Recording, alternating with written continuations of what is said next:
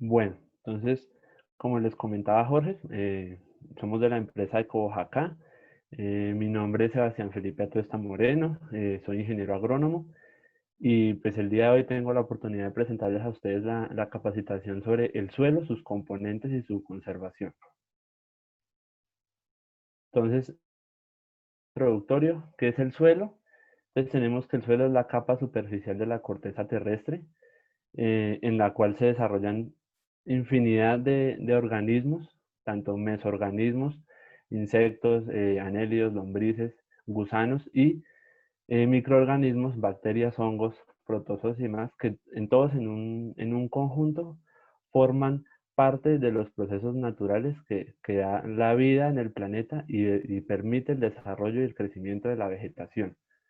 El suelo es la estructura vital para el desarrollo de las plantas, ya que le sirve como anclaje y también pues como el soporte tanto nutricional y pues para la absorción de agua por parte de los árboles, cultivos y infinidad de especies que tenemos en el planeta actualmente. Para saber cómo está nuestro suelo, debemos hacer un análisis de suelo o análisis edáfico, se conoce de las dos maneras.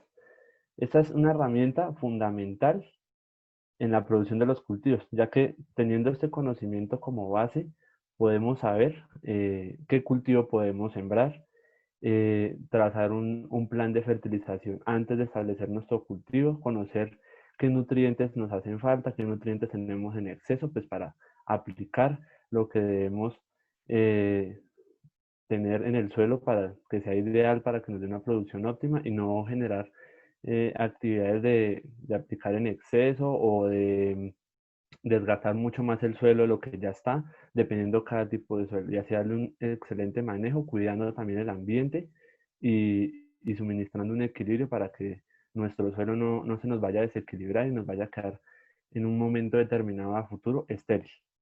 Entonces, con el análisis del suelo conocemos su capacidad productiva y así determinamos pues qué medidas tomar, qué acciones tomar pues para que nuestros cultivos tengan un excelente desarrollo y un excelente crecimiento.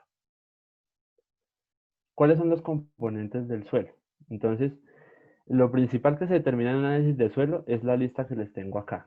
Entonces, primero es el contenido de materia orgánica. Un suelo sin materia orgánica es un suelo prácticamente estéril. Es uno de los parámetros más importantes para conocer, para tener en cuenta. Su textura, cómo lo tenemos fraccionado, si es un suelo arenoso, si es un suelo limoso, si es un suelo franco, si es un suelo arcilloso. Ya lo vamos a ver más adelante, cada uno de estos componentes desglosaditos a lo largo de nuestra presentación. La estructura, para saber si es un suelo suelto, si es un suelo compactado, para saber qué labores de arado o de preparación a suelos tenemos que dar. El pH, importantísimo. Sabemos que un suelo ácido o un suelo muy alcalino genera problemas para cualquier tipo de cultivo. Lo ideal es que el pH de nuestro suelo sea o tienda a ser a la neutralidad. Ya lo vamos a ver más adelante. La conductividad eléctrica del suelo, la capacidad de intercambio catiónico para saber qué nutrientes o cómo es la actividad de ese suelo de poder generar nutrientes disponibles para nuestros cultivos, para nuestras plantas. Y el contenido de macro y micronutrientes que tenga nuestro determinado suelo, que es lo que nos va a decir y nos va a ayudar a armar la decisión y los pasos a seguir para nuestro plan de fertilización dependiendo del cultivo, cual sea el caso. Listo, como nuestro primer componente es nuestro contenido de materia orgánica. Como todos bien lo saben, la materia orgánica son todos los restos animales, vegetales que ya se encuentran en el suelo en una fase o en un estado de descomposición, en el cual intervienen factores como temperatura, el agua y los seres vivos. Seres vivos como cuáles, como bacterias, hongos, que van a alimentarse de esta materia orgánica y por un proceso metabólico de ellos la van a transformar en abono y en alimento para nuestros cultivos, para nuestras plantas. Esos nutrientes que los microorganismos generan van a ser reutilizados por las plantas y vuelve a empezar el ciclo. Cuando la planta muera, ya cumpla su ciclo, su senescencia, ella va a volver a aportarle al suelo materia orgánica y vuelven los mismos microorganismos a generar el ciclo. Esto es un ciclo circular y, y es el equilibrio del suelo, el equilibrio que tenemos que buscar mantener siempre con todas nuestras decisiones.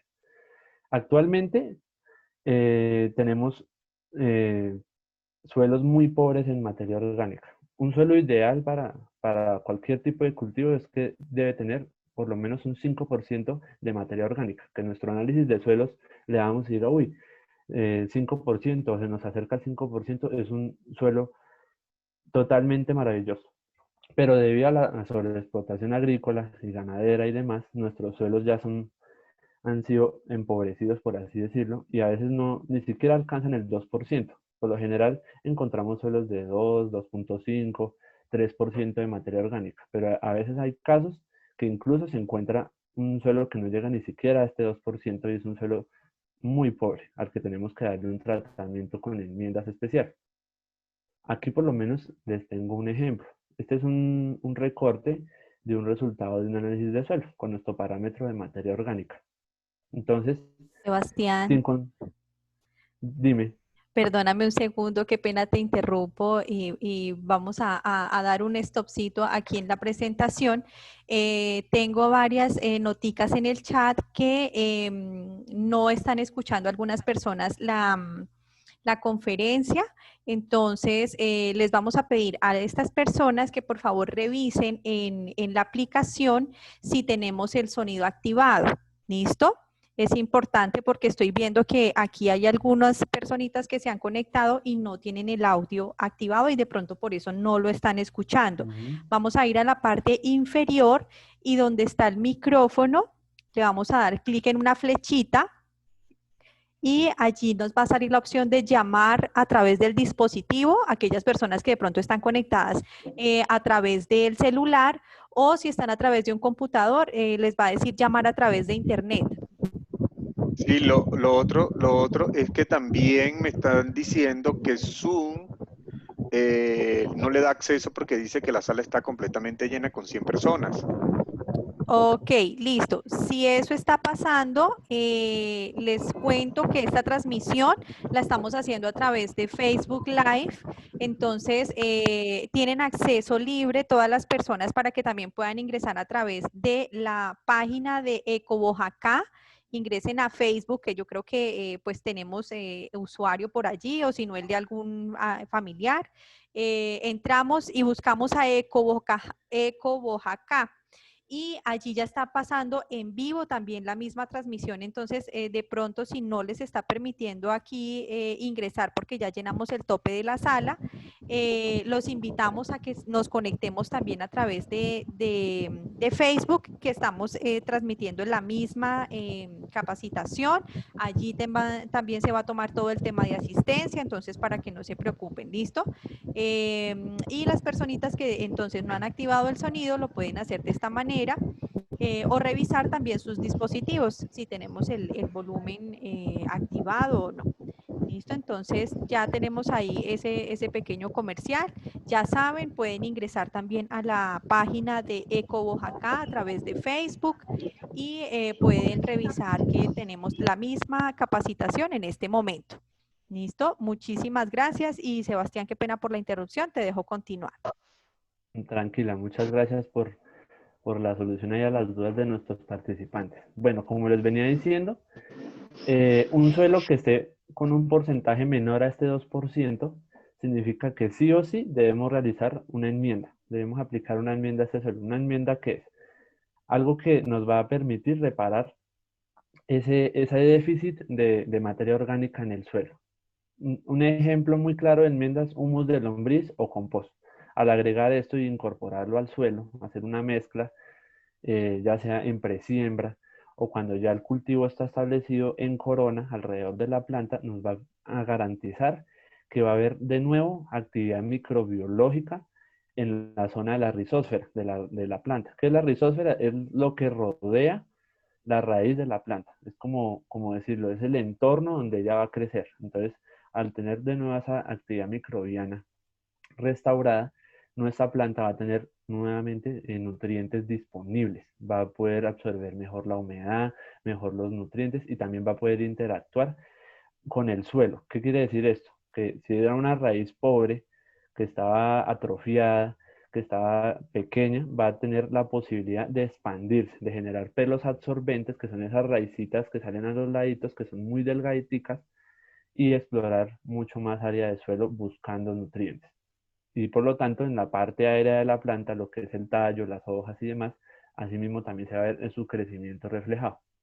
Entonces, como les decía, tenemos este ejemplo de un análisis de suelo, dice el recorte, nos dice que ese suelo nos da un 2.68% de materia orgánica. No se encuentra en un rango malo, es en un rango aceptable, pero que no es perjudicial para las plantas, pero igual no está de más hacer las labores de aplicación de una enmienda. Siempre va a ser recomendable. Entre más cerca estemos a ese 5% ideal, mucho mejor. Entonces, lo ideal es hacerlo en épocas de siembra.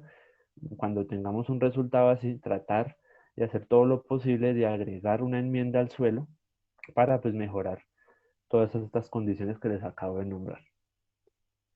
Bueno, otro componente del suelo es su textura. Entonces, como de pronto algunos de ustedes ya lo han escuchado, las partículas del suelo tienen diferentes tamaños. ¿Cuáles son estas tres tipos de partículas? La arcilla, el limo y la arena. Entonces, aquí en la imagen de la parte derecha inferior, tenemos que la arcilla son las partículas más pequeñas, miden menos de 0.02 milímetros, son partículas muy pequeñas. El limo está entre los 0.02 y 0.05 milímetros y la arena, que son las partículas más grandes, pueden hasta llegar a superar los 2 milímetros. ¿Cómo sabemos qué textura tiene el suelo? Dependiendo de la proporción de estas partículas, dependiendo de la cantidad. Podemos tener un suelo franco que tiene las tres, un suelo franco arcilloso que quiere decir que tiene las tres, pero la que predomina es la arcilla, o un suelo arcillo-arenoso que predominan arcilla y arena.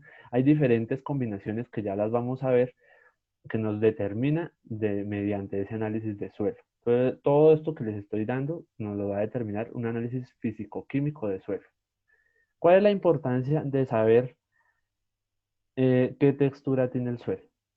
Porque con ello vamos a tomar las decisiones para preparar ese suelo. Si estamos pensando, digamos, en sembrar una papa, o sembrar un cultivo de pasturas, o sembrar un tomate, o sembrar fresa. Vamos a tomar la decisión de qué hacer con el suelo, si tenemos que ararlo, si el suelo ya es lo suficientemente suelto, pues no le vamos a pasar un arado, porque lo que vamos a hacer es erosionarlo y pues vamos a dañar pues la capa orgánica y superficial del suelo, pero mientras es un suelo compactado, nos enfrentamos a un suelo arcilloso con bastante arcilla y es un suelo que está compactado, sí o sí debemos tomar una decisión de hacer el arado. Entonces, sabiendo esta textura que tenemos en el suelo, podemos determinar qué acción tomar, porque desde este punto hay que tenerlo muy en cuenta porque podemos o mejorar las condiciones para el rendimiento de las plantas o lo podemos limitar.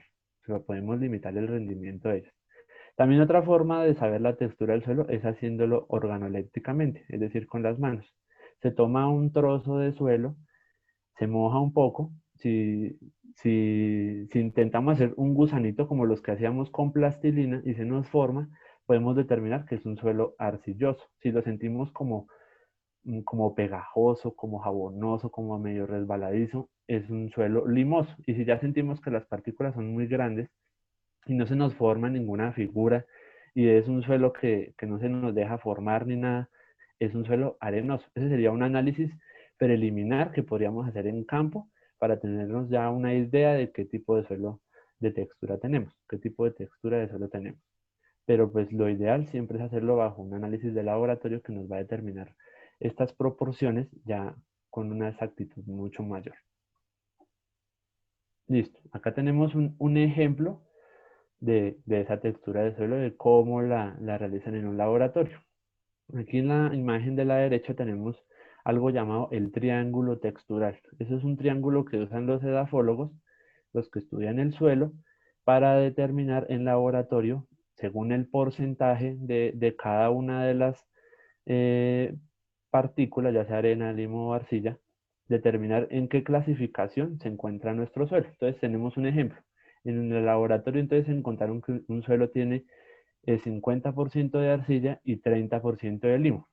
Entonces tenemos que la cara izquierda de nuestro triángulo nos da los porcentajes de arcilla. La cara derecha de nuestro triángulo, los porcentajes del limo, y nuestra base va a ser los porcentajes de la arena. Entonces decimos, tenemos 50% de arcilla. Nos ubicamos aquí en la cara de arcilla y nos ubicamos aquí en el 50%. Luego nos dice, listo, también tiene 30% de limo. Nos ubicamos en la parte del limo y nos ubicamos en el 30. Entonces, en el punto en el que se encuentren estos porcentajes, digamos, seguimos la línea del 50 de la arcilla y el 30 del limo, nos vamos a encontrar en este punto, aquí donde estoy colocando el láser. ¿Qué nos dice? Que estamos en la clasificación de arcilloso.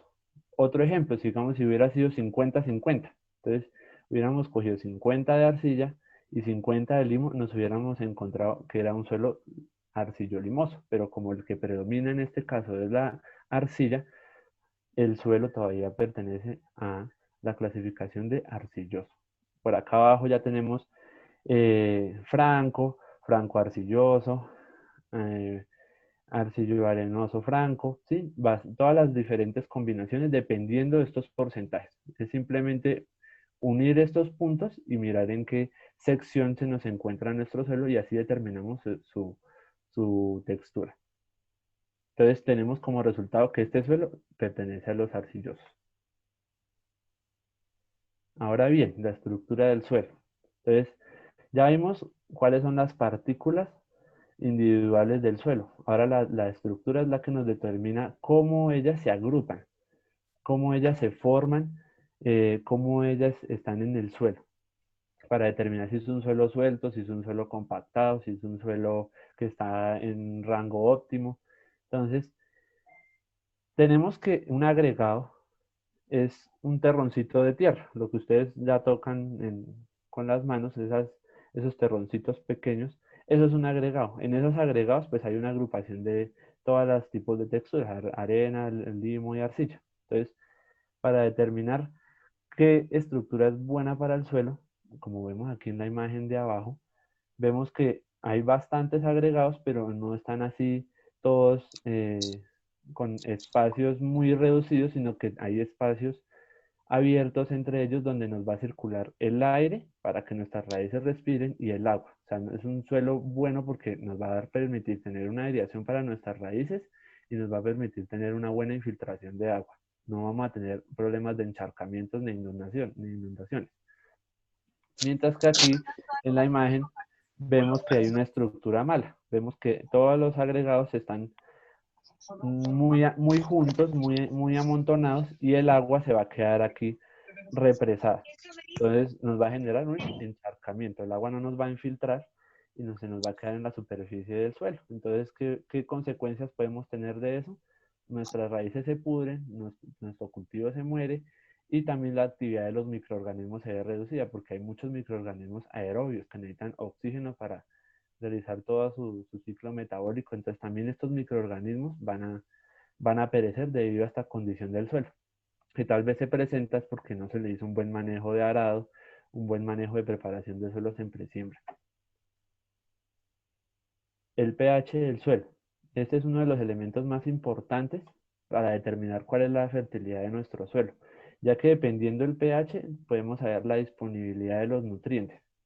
En pHs diferentes vamos a tener diferentes disponibilidades y no todos los elementos se comportan igual. Cuando en algunos en pH ácido se comportan mejor, otros van a tener deficiencia y lo mismo en suelos alcalinos. Lo ideal, aquí como vemos en este cuadro, que tenemos nuestra escala de pH, nuestra parte ácida y nuestra parte alcalino y nuestra neutralidad, lo ideal es que el suelo, como les decía en un principio, sea tendiente a la neutralidad, que sea un suelo de 6.5 a 7 o mínimo 6 o 5.8 y eso ya estamos tendiendo a lo ligeramente ácido. Entonces tenemos acá un ejemplo. Vamos a evaluar cómo se comporta el hierro en un suelo que nos determinaron en el laboratorio que salió con pH de 4.8. Entonces, vemos que aquí el hierro, como vemos en la barrita, el hierro es mucho más soluble, mucho más disponible en pHs ácidos. Ya cuando es en pHs alcalinos lo vemos que ya empieza a entrar en déficit, ya no lo va a ver tan disponible para las plantas, muy poco. Entonces, ¿pero qué consecuencias tenemos con ese resultado? Solo estudiando el hierro. Él está más soluble en el suelo, como lo vemos acá en la barrita que es más gruesa. Entre más gruesa sea la barrita, más disponible y más soluble va a estar ese elemento. El hierro es un elemento menor que la planta necesita. O sea, ya lo necesita, pero en poca cantidad. Entonces, al haber tanto hierro en este suelo, va a generar una fitotoxicidad en nuestro cultivo. O sea, se va a quemar. El cultivo se nos va a ver quemado, se nos va a ver raquítico, va a empezar a secarse, va a empezar a tener problemas y pues vamos a tener que agregar una enmienda al suelo para tratar de que este pH nos llegue a la neutralidad. Puede ser una dolomita, por ejemplo. Agregar una cal dolomita y tratar de que este pH cambie para que estas condiciones de este elemento ya se nos equilibre y poder así tener el cultivo en una zona ya más, por decirlo así, una zona más confortable para él, que no lo vaya a hacer daño. Lo mismo vemos con los demás elementos. Por ejemplo, vemos el nitrógeno. El nitrógeno en la parte que tiende a la neutralidad lo vemos que está en óptimas condiciones. Mientras que ya lo vemos, si el suelo es muy ácido o muy alcalino, el nitrógeno nos va a empezar a tener déficit. No vamos a tener el nitrógeno disponible y nos va a tocar pues agregar un fertilizante, ya sea foliar o edáfico o una enmienda también, pues, o materia orgánica para poder corregir esta deficiencia, dependiendo cada caso. Entonces tenemos dos conceptos aquí que entran dentro del pH, la acidez activa. Esta es simplemente la concentración de iones de hidrógeno que están presentes en la solución del suelo. La solución del suelo pues es la combinación de todos los agregados, los elementos y el agua que están en el suelo. Entonces, que entre mayor sea esta concentración de iones de hidrógeno, mayor va a ser el poder buffer del suelo. ¿Qué es el poder buffer del suelo?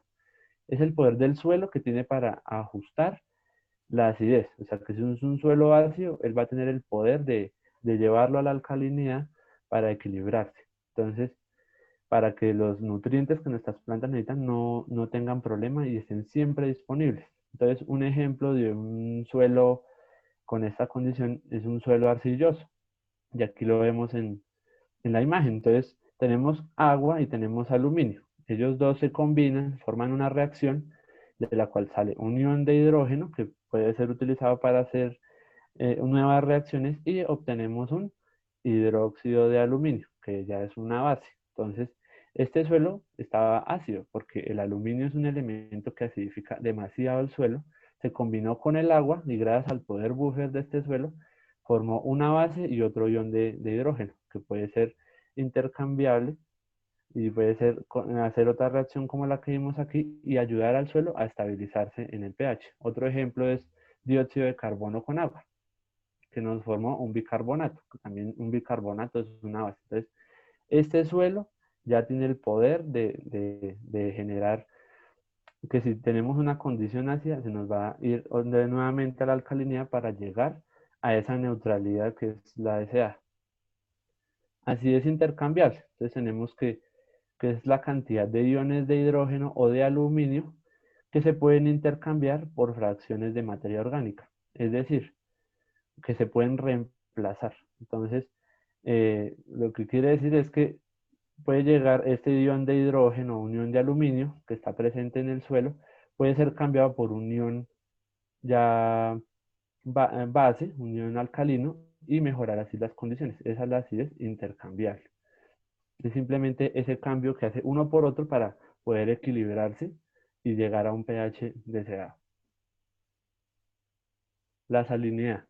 Pues la salinidad es la cantidad de sales que están presentes en el suelo y esta se mide por un parámetro que nos sale en nuestro análisis de suelo, que es la conductividad eléctrica del suelo.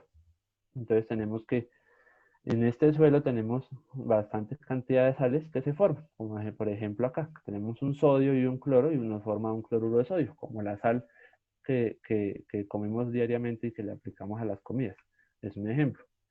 Esa es la cantidad de sales que hay en el suelo. Aquí tenemos una clasificación de suelos salinos según el Laboratorio de Salinidad de Estados Unidos. Entonces tenemos que tres diferentes tipos de suelo. Un suelo salino, un suelo sódico, que significa que tiene bastante sodio, y un suelo que tiene tanto las dos condiciones, sales y sodio. Tenemos las diferentes conductividad eléctrica, el PSI, que es el porcentaje de sodio intercambiable en sus siglas de inglés, que significa que es la cantidad de sodio absorbido por las partículas del suelo, y el SAR, que en inglés son las siglas de relación de absorción de sodio, que es simplemente la proporción de sodio con respecto al magnesio y al calcio que hay en el suelo. Todos los tres son elementos que la planta va a necesitar, pero como son cationes, como son positivos, se van a repeler entre ellos. Entonces, si hay más cantidad de uno, va a generar una deficiencia en los otros, porque todos son positivos. Como ustedes ya bien lo saben el dicho, los polos opuestos se atraen, pero los polos iguales se repelen. Entonces, ese es otro parámetro importante para saber si ese suelo o nos repele el sodio o tiene más calcio, más magnesio, las otras sales y nos está faltando el sodio. Y esto también todos estos temas van relacionados según el pH, si es menor o mayor a 8.5. Entonces tenemos estas tres clasificaciones de suelos salinos. Digamos un ejemplo.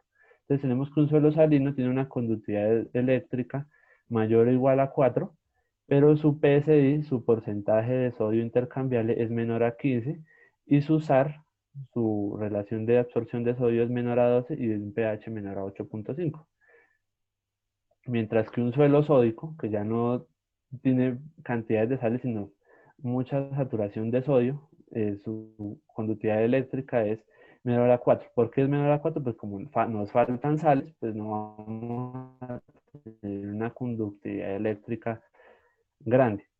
Su PSI, obviamente ambos, como son parámetros del sodio, van a ser mayores al 15 y al 12 y nuestro pH va a ser alcalino, va a ser mayor a 8.5, o sea, es un pH bastante alcalino. Y un suelo que está entre las dos clasificaciones, que tanto es salino como sódico, tenemos que es mayor o igual a 4 nuestra conductividad eléctrica, nuestro PSI, que es cantidad de sodio absorbido por las partículas del suelo o porcentaje de sodio intercambiable, va a ser mayor al 15 y nuestro SAR mayor al 12 o igual. Y nuestro pH va a ser menor al 8.5. Aquí tenemos un equilibrio, digamos, entre las dos condiciones. Ahora, saturación de bases. Esa simplemente es la fracción de cationes básicos que se encuentran en los agregados del suelo, en cada terroncito. ¿Cuáles son los cationes básicos? Como se los nombra, está el calcio, el magnesio, el potasio y el sodio. Cuando el pH se nos acerca a la neutralidad o es neutro, o sea, es decir, en 7, la saturación de bases es del 100%, ya que no vamos a encontrar iones ácidos de hidrógeno, vamos a encontrar iones de este elemento que nos va a acidificar el suelo.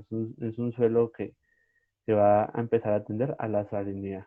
Y la saturación de sodio es el sodio que está en el suelo y siempre se encuentra en formas combinadas y en estado de sales, como les mostraba en el dibujo hace unas 2 diapositivas atrás, que el sodio con el cloro nos forma un cloruro de sodio. A eso se refiere. El sodio tiene una importancia en el suelo porque nos puede cambiar la estructura y el rendimiento en los cultivos. Nos puede generar unas alteraciones. Hay que tener cuidado con este elemento porque si está en exceso nos va a generar un cambio en la estructura del suelo y pues lo mismo nos va a limitar el desarrollo de nuestros cultivos, el desarrollo de nuestras plantas. Ahora tenemos aquí unas medidas del porcentaje de sodio intercambiable, del PSI que les nombraba hace 2 diapositivas atrás. Entonces, esta clasificación nos la da un autor que se llama Massow y nos dice que un PSI menor a 7, perdón, es un suelo que no es sódico. De 7 a 15 es un suelo que está ligeramente sódico, o sea, tiene cantidades ligeras de sodio. 15 a 20, moderado, o sea, es aceptable, no es grave. 20 a 30 ya es un suelo perjudicial porque es fuertemente sódico y mayor a 30 pues ya es extremadamente sódico. O sea, esos ya son casos ya muy extremos, muy raros de ver, pero pues existen y nos pueden generar problemas para cultivar. Conductividad eléctrica, lo que les hablaba de las sales. Entonces, Esa es la capacidad del suelo, como bien lo dice su nombre, de conducir la electricidad, la corriente eléctrica. Ya que, ¿qué nos permite esto? Las sales que están presentes en el suelo. Esa unidad de conductividad eléctrica en nuestro análisis de suelo la vamos a encontrar por 10 Siemens por metro. Esa es la unidad de medida de esa conductividad.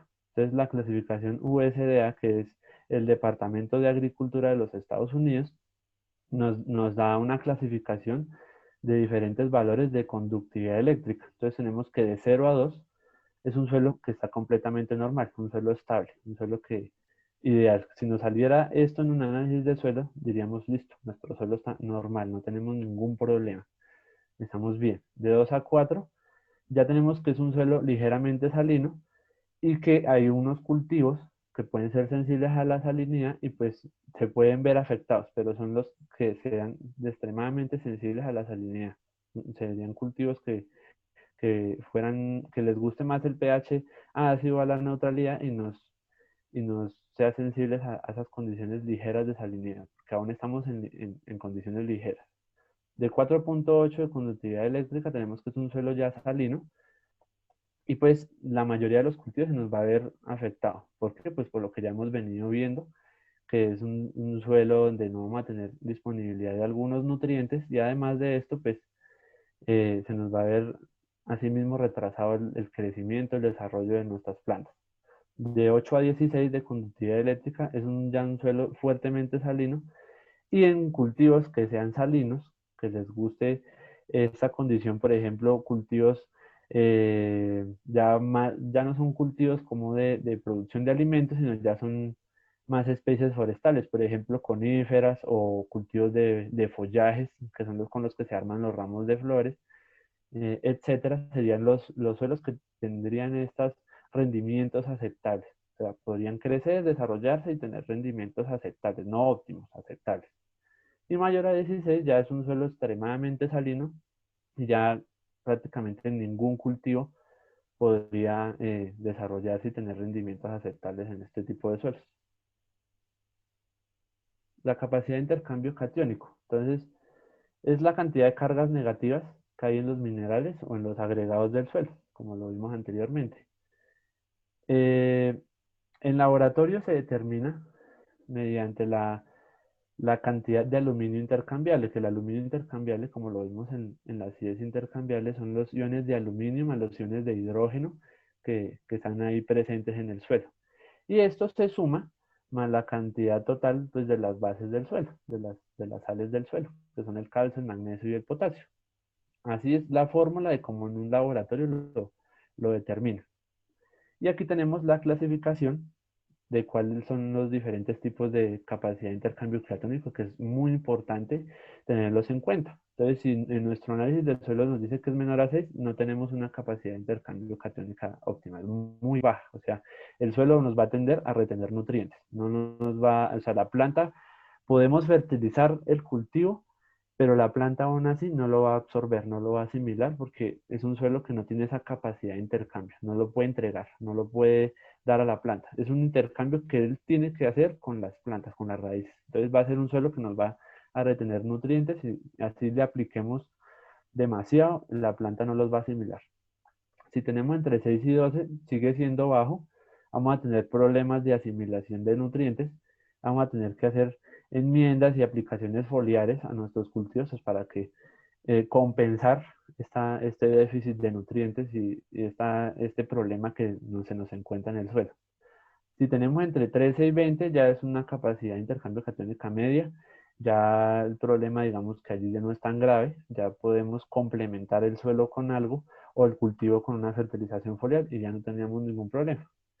Entre 21 y 30 ya es alto, es un suelo ideal, ya tenemos un buen intercambio, es decir que lo que apliquemos, lo que los microorganismos produzcan en el suelo, las plantas lo van a asimilar sí o sí. O sea, va a haber un intercambio maravilloso y nuestros cultivos se van a desarrollar óptimamente.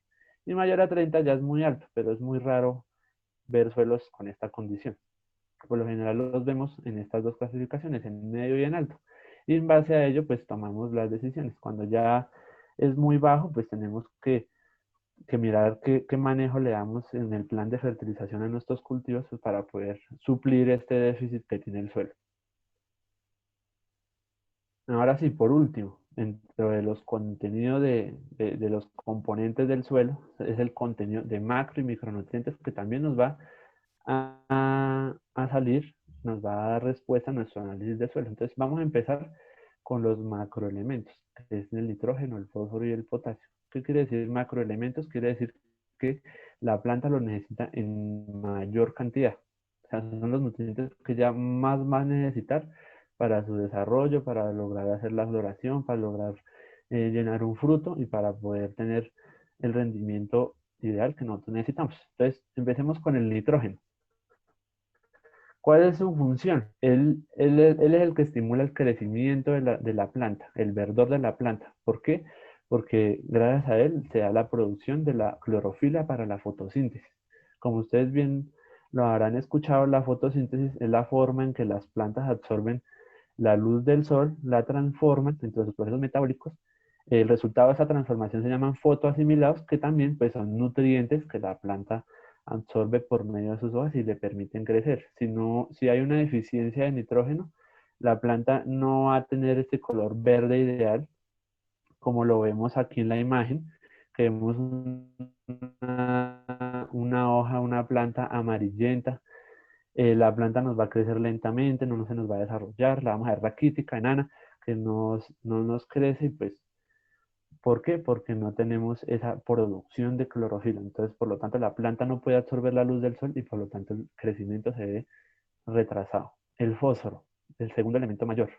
Él es el elemento de la energía, el elemento que le da la energía a la planta para realizar todos sus procesos.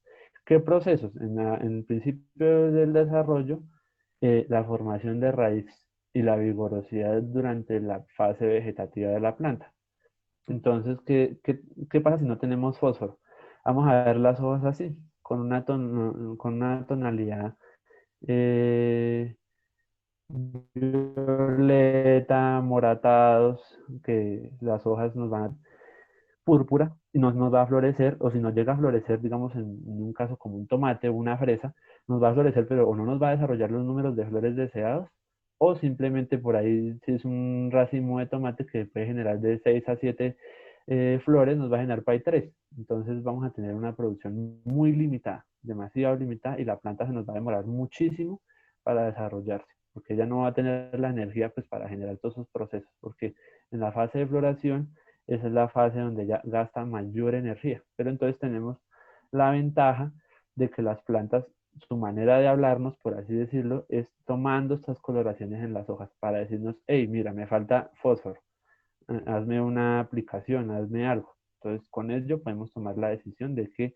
acción correctiva tomar para lograr suplir ese elemento que esté haciendo falta. El potasio, el tercer elemento mayor. ¿Qué hace el potasio? El potasio lo vemos reflejado en la calidad de los frutos, en el llenado, en el cuaje de los frutos. También incrementa la fotosíntesis. Es lo que ayuda es a que la planta, ya teniendo un proceso de fotosíntesis, la pueda hacer al máximo, a todo motor, por así decirlo.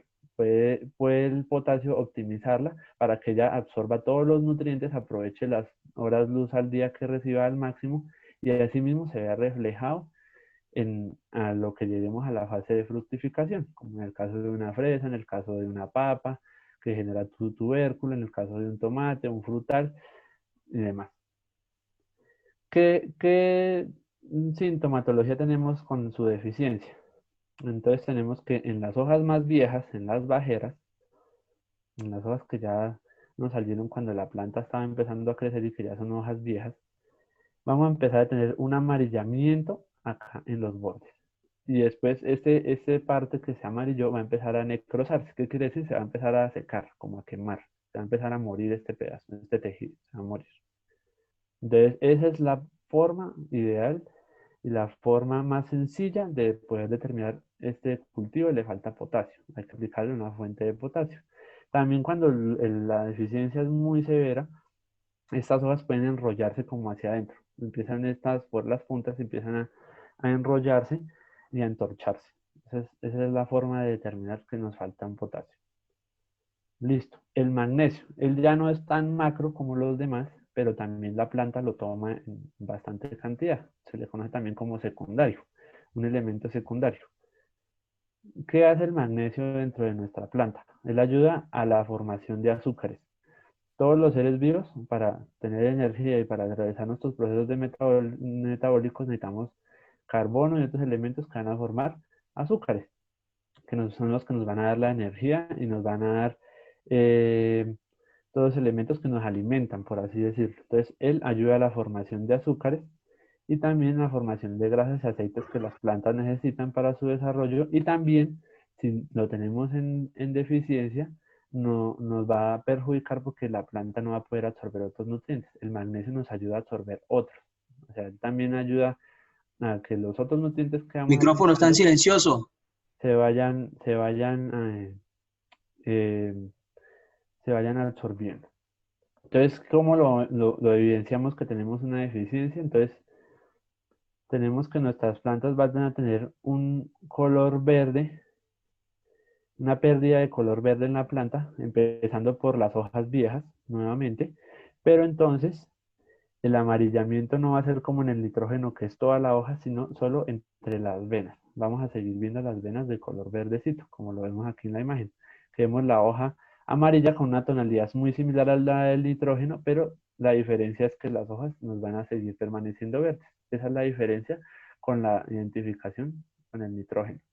Es un punto clave para diferenciar esas deficiencias, porque a veces puede pasar que es muy confuso y el técnico o quien nos recomienda en nuestras casas agropecuarias nos dice, no, eso es deficiencia de nitrógeno, y no, y resulta que es de magnesio. Entonces, sabiendo que es por las hojas que aún permanecen con sus nervaduras verdes, podemos determinar que es una falta de magnesio.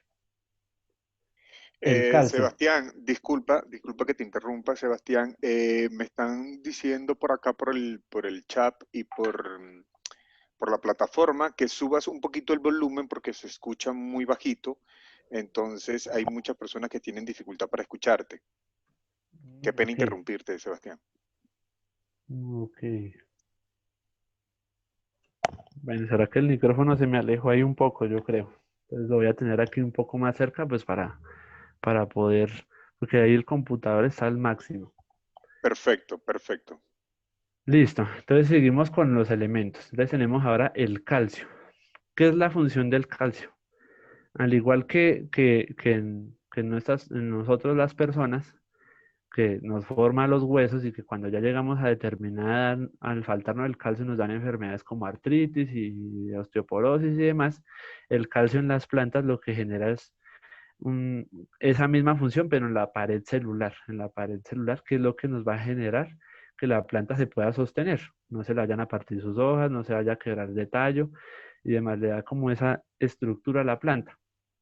Aparte de que mejora el vigor de ellas, y también estimula la formación de raíces en la parte de abajo, raicillas absorbentes, las que yo les comentaba al principio de la capacitación, que son esos pelitos absorbentes que van a ir a explorar más áreas del suelo y asimismo alcanzar eh, más los nutrientes y el agua. Entonces, más raíz tenga nuestro cultivo, pues mejor se va a desarrollar porque él va a tener la más disponibilidad en alcanzar nutrientes y agua. Entonces, ¿cómo lo diferenciamos de las demás deficiencias cuando, cuando nos está haciendo falta? Entonces vemos que las hojas se nos van a poner rizadas, las hojas nuevas. Ya no vamos a tener problema en las hojas viejas, sino aquí el tema es en las hojas nuevas, en las recién salidas, en las recién desarrolladas por la planta. Ellas no van a ser así lisas, sino se van a tener como un encrespamiento, un rizado. También en casos muy severos de deficiencia de calcio se nos va a podrir el ápice o el cogollo de la planta, se nos va a quemar, se nos va a podrir, va a morir este tejido y hasta ahí nos va a crecer la planta va a dejar de crecer.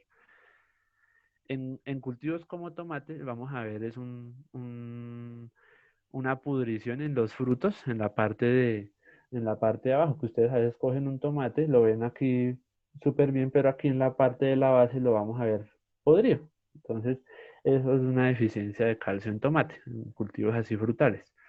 En cultivos frutales también puede pasar lo mismo. Esa es la forma de diferenciarlo, en hojas nuevas o con un rizado. El azufre.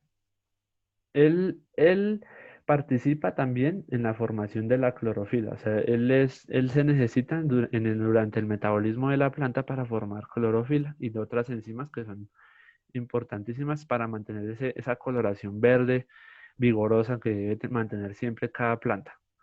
Y asimismo su crecimiento. Si vemos un cultivo que le falta azufre, lo vamos a ver pálido y lo vamos a ver que no crece, no le rinde, o sea, se atrasa, no va cumpliendo sus etapas de crecimiento normal, sino va a tener un retraso que vamos a ver las plantas pequeñas y vamos a decir esta planta porque no crece, porque no se me desarrolla. Entonces son plantas que se quedan enanas, atrofiadas y las hojas van a tomar un color así, como este que vemos acá, un color muy amarillento, muy claro, demasiado. Y los espacios también aquí entre las nervaduras se van a empezar a secar. Con el paso del tiempo se van a empezar a necrosar, o sea, la hoja va a empezar a morir por pedazos.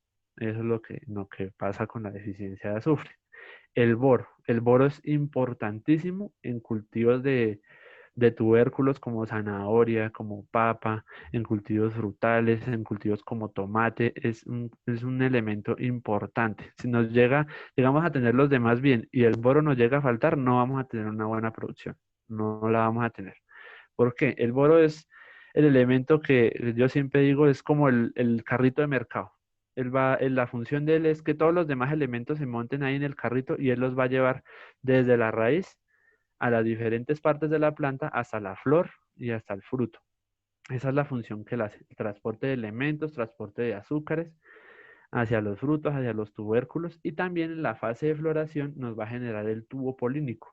Si una flor no nos genera tubo polínico, los insectos no nos van a poder polinizar y pues esa flor simplemente va a cumplir su ciclo, se va a secar o se va a abortar, simplemente se cae al suelo y nunca nos va a generar un fruto.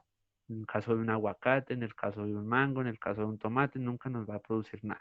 Entonces, el boro es un elemento muy importante. ¿Cómo lo vamos a ver en sus deficiencias? Cómo lo identificamos? Estos entrenudos, de donde van saliendo las ramas, tienen una distancia que uno a la vista lo va a determinar, va a decir, uy, la planta está creciendo pareja, pero cuando ya, digamos, viene así y empieza a estos entrenudos a cortarse, ese es un síntoma de deficiencia de boro. Los entrenudos, la distancia entre rama y rama en el tallo va a ser mucho más corta. Entonces, ¿por qué? Porque la planta no puede llegar a transportar todos los nutrientes lo normalmente, sino ya va a tender como a acercarlos para tenerlo más cerquita y poderlos transportar lo más posible, pero pues como no tiene ese carrito de mercado que es el boro, pues no se va a desarrollar normal. Las flores se van a abortar, se van a caer y los frutos, si se llegan a llenar, pues van a ser unos frutos que no van a tener peso, no van a tener buen cuaje, van a salir deformes y no vamos a tener una producción buena. O sea, vamos a tener muchos problemas para acceder a los mercados que hoy en día son muy exigentes y exigen que las cosas, que los productos tengan una imagen impecable. El cobre. Este ya también es un elemento menor. Él interviene en la respiración de las plantas, en la apertura y cierre de estomas. Él interviene allí y también en el metabolismo de proteínas y carbohidratos de la planta. Él va a intervenir para que ya en la parte metabólica de la planta. Entonces, cómo lo diferenciamos de lo demás?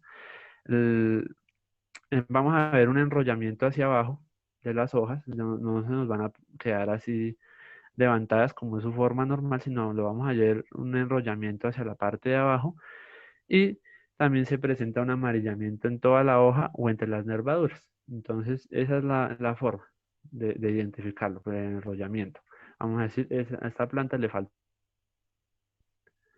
Otros elementos menores, el manganeso. Entonces, él apoya también en el aprovechamiento de otros elementos como lo es el calcio, el fósforo y el magnesio, y también es en la síntesis de proteínas. ¿Cómo lo vemos cuando nos faltan? Las hojas viejas se ponen necróticas. O sea, van a tener una sequedad, un resecamiento, una muerte de tejidos y van a estar mal formadas, como lo vemos acá. Esta hoja ya es vieja, pero pues nunca se formó como esta, nunca llegó a su tamaño normal, sino quedó mal formada. Y en las hojas jóvenes, pues vamos a ver una clorosis intervenal. O sea, vamos a tener entre los espacios de las venas una clorosis amarilla. el hierro. Entonces, el hierro también interviene en la formación de la clorofila y ayuda a la fijación del macroelemento nitrógeno. Si nos falta hierro, también la planta va a tener problemas para absorber nitrógeno, que era lo que yo les decía. Al faltar unos elementos puede generar que otros elementos que no tienen nada que ver también tengan deficiencia porque intervienen en la absorción. Entonces, si nos falta hierro, vamos a tener también problemas con la absorción de nitrógeno. Se nos van a presentar las dos deficiencias. Vamos a decir, uy, pues esta planta nos presenta déficit de nitrógeno y además de hierro. No, el problema puede venir que nos faltó hierro desde el principio y por lo tanto después, aunque hayamos aplicado nitrógeno, la planta no lo puede absorber y nos va a presentar ambos sintomatologías. ¿Cómo vemos la sintomatología de la falta del hierro? En las hojas jóvenes se va a producir una clorosis y las nervaduras van a quedar verdes y el resto de la hoja con un color así muy pálido. Sigue siendo verde, no amarillo como las otras deficiencias, pero un color demasiado, demasiado pálido. Esa es la clave. Y va a ser en las hojas jóvenes. Siempre lo vamos a ver en hojas jóvenes. El zinc. Entonces, el zinc es un elemento también menor, pero lo que interviene él es en la producción de auxinas. ¿Qué son las auxinas? Son la hormona del crecimiento de las plantas, que ya son las que dentro de la planta generan pues el alargamiento de las células, los tejidos, que toda la planta no quede deforme, que la planta tenga su forma natural, su forma normal. Entonces, ¿cómo la vamos a determinar si la tenemos en déficit? En las hojas jóvenes vamos a ver eh, un detenimiento en el crecimiento en el ápice. O sea, este ápice no nos va a crecer, nos va a quedar pequeño o simplemente no se nos va a desarrollar normalmente. Y también vamos a tener un acortamiento de trenos. Acá vemos en la imagen una hoja con deficiencia de zinc con esta clorosis, que la clorosis no es pareja, es una clorosis muy moteada, por así decirlo, parece parches, y la planta pues no nos va a generar este ápice, su crecimiento normal, y se nos va a ver atrofiada en su crecimiento también, y sus entrenudos muy cortos, parecido al boro. Pero entonces se diferencia del boro es con la coloración de la hoja, y que no afecta pues la flor, no afecta la formación del tubo polínico y demás en la flor, como si lo afecta al boro. Es la forma de diferenciarlos, porque son muy parecidos y en campo puede ser muy confuso, pero acá son las clases que les estoy dando a ustedes para tenerlo muy sencillo, para que ustedes digan, uy, veo esta planta extraña, voy a ir a revisarla y revisando esta información, pues ustedes puedan determinar, uy, es este o es el otro, para evitar confusiones y malas decisiones después en campo, que puede pasar muchas veces, es algo muy normal. El molibdeno. Entonces, el molibdeno lo que hace es la formación de la nitrogenasa, que es la hormona o la enzima que nos ayuda a la fijación del nitrógeno. Y la nitrato reductasa, que nos convierte el nitrógeno a sus fases de nitratos y nitritos, que son las formas asimilables por la planta, el nitrito. Entonces, ¿qué pasa si nos falta el molibdeno? La floración no va a estar, se va a suprimir. La planta va a presentar una clorosis, como lo vemos acá, también es muy similar al moteado, es una clorosis muy dispareja y que puede variar entre este color amarillo pálido y también pues deformaciones en los tallos. También se puede presentar cuando ya es una deficiencia muy, ¿cómo decirlo? Muy extrema, o sea que ya el problema de déficit es tenaz, o sea, ya se nos puede hasta llegar a deformar el tallo, ya no va a crecer así recto, sino se nos va a deformar. Y en los peciolos, que el peciolo es este tallito, por así llamarlo, que es la unión entre el tallo principal y el sostén de la hoja. También se nos van a deformar. Ahora tenemos acá un ejemplo. Entonces, este también es un recorte de un resultado de un análisis de suelos en el que nos sale pues que tiene un pH 5.3, tenemos una materia orgánica 2,68 y tenemos acá todos nuestros elementos, los nitrógeno, fósforo, potasio, magnesio, calcio, hasta los menores. Nos sale la segunda columna del valor, que nos salió determinado según el análisis, las unidades de cada elemento y un rango adecuado. Este rango adecuado lo da un análisis de suelos. Cuando el cliente lo solicita, hay laboratorios que dicen, bueno, que antes de que tú lleves el análisis, le dicen, bueno, ¿qué cultivo planeas establecer? Entonces tú le dices, no, pastos o papa. Entonces ellos ya tienen allá unos rangos de adecuación de cada elemento para que este cultivo se nos vaya a desarrollar bien. Si este resultado no sale dentro de estos rangos, estamos muy bien. Pero entonces, ese es el parámetro para revisar que ya saben determinar si estamos en exceso o en déficit. Por ejemplo, el nitrógeno. Y esta tabla va muy relacionada con esta gráfica que también nos va a presentar un análisis de suelo para que es como la forma más didáctica también de entenderlo. Entonces, por ejemplo, revisamos el nitrógeno. Este es un análisis de suelo que se realizó pensando en el establecimiento de un cultivo de avena, si no estoy mal. Entonces, el rango adecuado es de 0,25 a 0,50 en porcentaje y nos salió en 0,13, o sea, mucho más bajo. Y aquí en el diagrama de barras lo vamos a ver así mismo, está en déficit, o sea, tenemos que hacer una aplicación de alguna enmienda, algún fertilizante, depende del caso, que nos aporte ese nitrógeno faltante. Ahora vamos a ver uno que es en exceso, digamos el, el fósforo, por ejemplo. Entonces, decimos que el fósforo ideal tiene que estar entre 15 y 30 miliequivalentes por kilogramo de suelo. Y miren el resultado que nos arrojó, 92, o sea, está súper pasado. Si lo máximo que debería tener era 30 y nos arrojó el resultado que tiene 92,80, ese fósforo está en exceso. Y así mismo con todos los elementos. Esa es una forma sencilla de determinar un análisis de suelo que un ingeniero agrónomo pues puede ir a campo y el agricultor le pregunta así, mira, la mandé a hacer el análisis, me salió así, ¿qué hago? Y entonces el ingeniero va a decir, bueno, tenemos estos en exceso, esto no sé qué, por ejemplo, el boro, aquí está, no hay nada, no hay nada de boro, entonces el ingeniero dependiendo de estas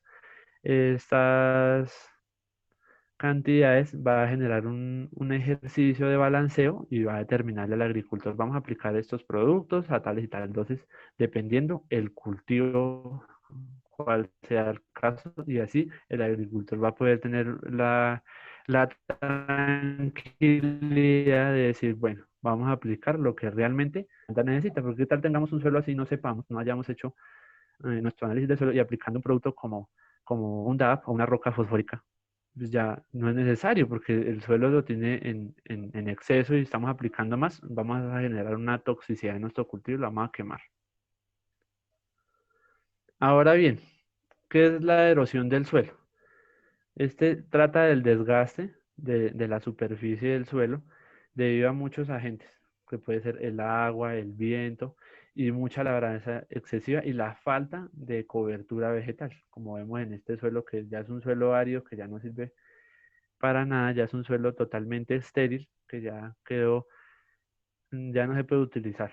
Tal vez también por la aplicación excesiva de agroinsumos, de agroquímicos, todos esos factores con el paso del tiempo y con la falta de cobertura vegetal hacen que el suelo se pierda. O sea, esto ya es un recurso que no podemos utilizar. Ustedes saben que el suelo es un recurso que tenemos que mantener siempre en condiciones óptimas porque lo vamos a usar por muchos años, por muchas generaciones, y tenemos que siempre buscar la manera de que él mantenga su equilibrio, su estructura, su estabilidad, su fertilidad, todo.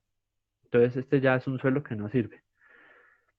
Ya es un suelo que perdió su fertilidad, eh, no tiene materia orgánica, ya no tiene minerales esenciales para el desarrollo de alguna planta, ya sea un árbol, ya sea un cultivo, y por lo tanto tampoco tiene desarrollo de microorganismos y mesoorganismos.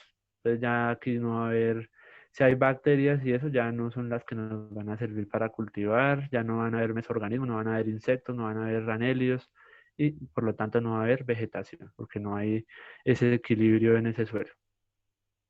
¿Cómo lo hacemos para conservar ese suelo? ¿Qué vamos a hacer? ¿Qué labores tenemos que hacer para tener un cultivo buscando que no vayamos a malgastar el recurso suelo? Entonces, una metodología establecer los cultivos en ladera, como lo vemos aquí en la imagen superior izquierda. Tenemos la pendiente y lo que hacemos es sembrar o establecer nuestros surcos de manera perpendicular a esa pendiente. ¿Eso que nos va a evitar? Que la escorrentía del agua, el escurrimiento, ya sea por agua de riego, por agua lluvia o demás, nos vaya a hacer un arrastre de las primeras capas del suelo por esa escorrentía. Y en cambio, sembrándolo así, a lo que apliquemos el riego, el agua va pasando surco por surco, se va a aprovechar de una manera mejor y al estar así formado el suelo, vamos a tener una protección para él y no se nos va a desgastar, ni se nos va a perder esas primeras capas del suelo. Ese va a servir como barrera ante ese movimiento del agua que nos va a generar esa escorrentía perjudicial. Segundo, realizar una cobertura vegetal. En muchos cultivos se realiza esta cobertura ya con vegetación muerta, con ya sea, digamos, de restos de podas de pasto o que anterior al cultivo, un cultivo de maíz, entonces se sacaron las mazorcas y se dejaron los vástagos y las hojas ahí y después se sembró otro cultivo, digamos frijol o papa o bueno, lo que sea. Se dejó todo ese resto de cosecha cubriendo las partes del suelo donde no está establecida la planta. ¿Qué beneficios vamos a tener de eso? Primero, no vamos a tener competencia por malezas, porque al tener esta capa vegetal no va a haber luz y la maleza no se va a poder desarrollar. Solo se van a poder desarrollar nuestras plantas, las que nos interesan, nuestro cultivo. Segundo, va a mantener la humedad del suelo. Al caer los rayos del sol, no vamos a tener esa evaporación de agua, sino vamos a tener esa humedad ahí mantenida. También nos ayuda a ahorrar agua, porque ya vamos a tener que regar con menor frecuencia. Y también esta materia se está descomponiendo, lo que va a generar una riqueza nutricional pues, para los microorganismos que crezcan en este suelo. Y lo protege de la erosión y de las lluvias. A lo que caigan las gotas de lluvia, no, cada gota genera una erosión en el suelo. Las gotas van a caer encima de esta capa vegetal, el suelo está por debajo protegido y por acción del viento pues tampoco vamos a perder suelo. Entonces, con esta medida es una forma ecológica de ayudar a mantener esa fertilidad orgánica y esa fertilidad de los cultivos y a mantener nuestro recurso suelo por muchos años más y dándole un excelente manejo y dándole ese manejo circular que yo les mostraba en ese ciclo al principio cuando les hablaba de la materia orgánica, porque todos estos nutrientes que se extrajeron del suelo del cultivo anterior van a volver a él, otra vez, van a volver a él. Otro es el establecimiento de barreras vivas. Entonces, aquí tenemos un cultivo y aquí colocaron una barrera viva, una especie arbustiva, una especie de árboles, digamos como esos que se plantan cuando vamos a hacer un cercado en un conjunto, digamos, también se puede utilizar. ¿Por qué? Porque ellos nos van a evitar la llegada del viento que nos va a quitar y a erosionar ese suelo. Entonces, todas esas barreras vivas nos van a proteger del viento. Y también, si es un cultivo en pendiente, nos van a ayudar a detener la escorrentía. Entonces, puede ser también, muchos agricultores lo usan como también para darle, pueden sembrar una especie arbustiva llamativa que sea de la zona, que sea de su hábitat y de paso es un plus porque también sus fincas se van a ver mucho más llamativas, mucho más decorativas y de paso van a cuidar tanto el cultivo como el recurso suelo que tenemos ahí. Las zanjas o las acequias, entonces son canales que se construyen en la zona perimetral de los cultivos para que el agua corra por allí y no nos vaya a afectar el suelo donde está establecido el cultivo. Nos evita inundaciones, nos evita pérdida innecesaria de agua y pérdida innecesaria de suelo. Entonces es otra medida que se puede tomar. Y la labranza mínima. Entonces, esta se trata de que cada vez de que vayamos sacando un cultivo y vayamos a sembrar otro, no estemos labrando y labrando y labrando una y otra vez, rompiendo la estructura y rompiendo la estructura, no, sino que hacerlo solamente cuando sea estrictamente necesario. Entonces, se hace a veces con herramientas así manuales como la que llevan aquí en la imagen, que simplemente lo que buscan es armar los caminos en los surcos para después establecer el cultivo. Ya las demás zonas del suelo no va a pasar una maquinaria pesada encima de esta compactando el suelo, como pasa con un tractor, que un tractor puede pasar aquí por entre los caminos, pero la acción de las llantas y al ser tan pesada la máquina, pues nos genera el rompimiento aquí en los surcos, pero una compactación excesiva en los caminos, donde va a pasar nuestros trabajadores, nuestra gente y que esté en las fincas. Esta ya es la bibliografía pues, que utilicé para armar esta charla. Espero les haya gustado muchísimo. Espero haya sido de su agrado. Hasta aquí pues llega lo que les traía preparado para el día de hoy. Y les agradezco muchísimo. Dios los bendiga y muchas gracias por su participación. Y pues ahora estoy a sus inquietudes y a sus dudas. Muchas gracias.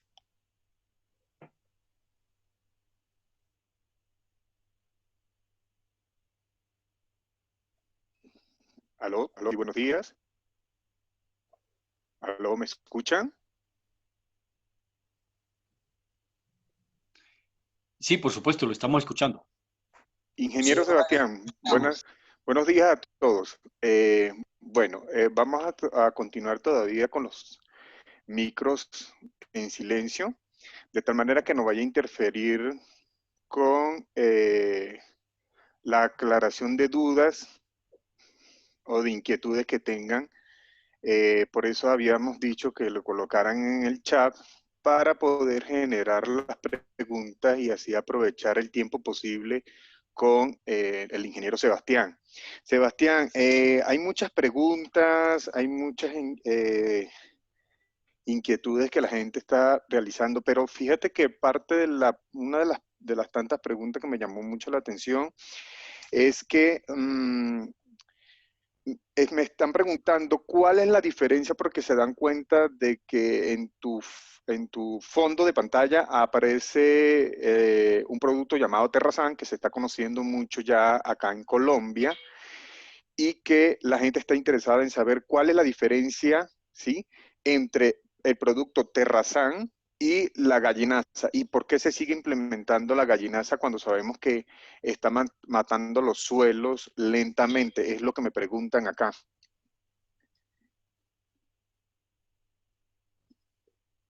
Sí, mira, cuando se aplica a un cultivo, un abono como la gallinaza, muchas veces este abono no está totalmente compostado, no ha pasado un proceso de compostación completo, lo cual lo que nos va a generar es una acidificación del suelo por el nitrógeno que esta trae.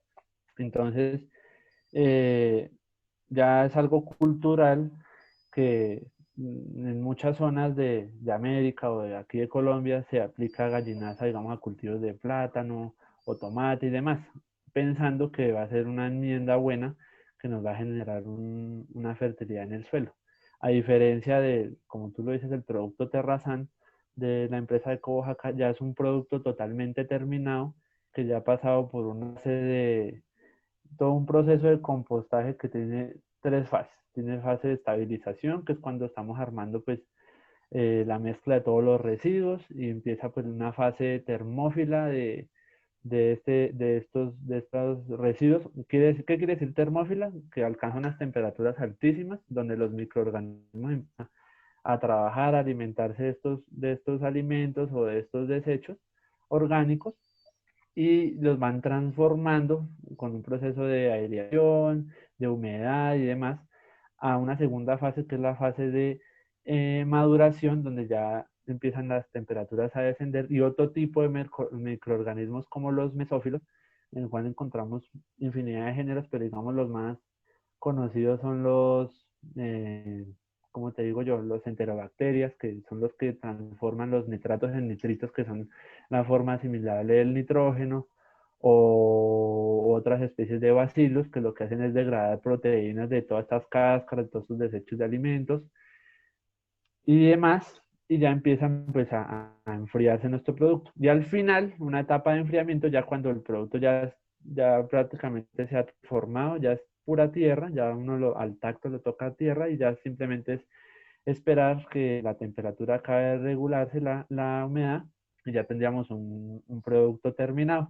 para aplicar a las plantas, a los cultivos. Entonces, ¿cuál es la diferencia? Cuando aplicamos una gallinaza, ella le falta muchísimo de estos procesos, lo vamos a agregar a un cultivo, puede generar una quemazón de este cultivo. Si aplicamos poca, tal vez contemos con la suerte de no generar este problema, pero si se aplican dosis muy altas, el cultivo se va a quemar, vamos a tener un desequilibrio de pH y de nutrientes en el suelo, como ya se los mencioné en cada una de las diapositivas, mientras que con un producto ya pasando por todo el proceso de compostaje y cada una de sus etapas, va a ser un producto que no solo nos va a fertilizar el cultivo, porque va a estar enriquecido con nutrientes, enriquecido con microorganismos, sino que también va a ser un producto que nos va a hacer una enmienda de suelo, nos va a mejorar esos componentes de textura, estructura, retención de humedad, aireación del suelo. Entonces, esa es la diferencia